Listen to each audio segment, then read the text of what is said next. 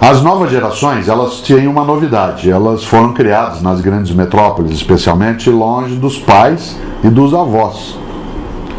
Uma das coisas que mais faz mal hoje para as gerações que estão entrando no mercado de trabalho é o distanciamento da família na sua convivência. Pode parecer estranho, mas avô e avó, tio e tia, sempre foram decisivos. Porque, por exemplo, na casa da avó podia tudo menos o que ela proibia.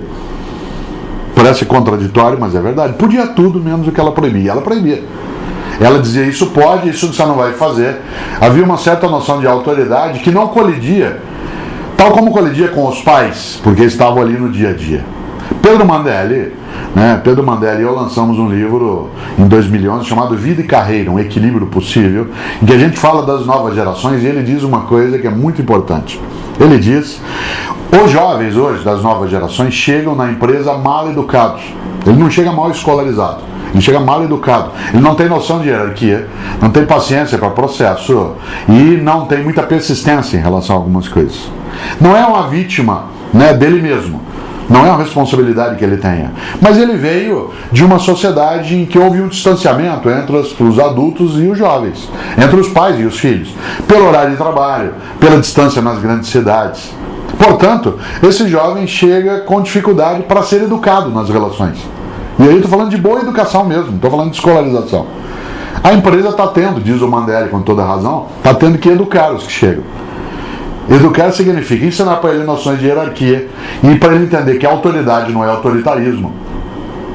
Entender, e isso digo eu sempre, que desejo não é direito. Não é só porque eu quero que eu tenho direito. Que existe a necessidade de se compor um tempo de paciência, que é preciso ter paciência. Paciência não é lerdeza.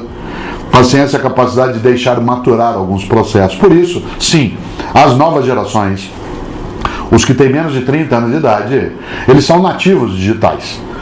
E, portanto, eles estão habituados a um mundo em que faz parte do cotidiano dele a mobilidade, a instantaneidade, a simultaneidade e a velocidade. Isso significa que a regra básica é tudo agora, já ao mesmo tempo, junto. Isso dá para uma empresa uma grande vantagem. Esses grupos novos têm senso de urgência, têm habilidade com uma série de plataformas digitais, mas ele não tem algumas coisas que os mais idosos têm: paciência, persistência e resistência. Só tem uma alternativa: juntar as gerações.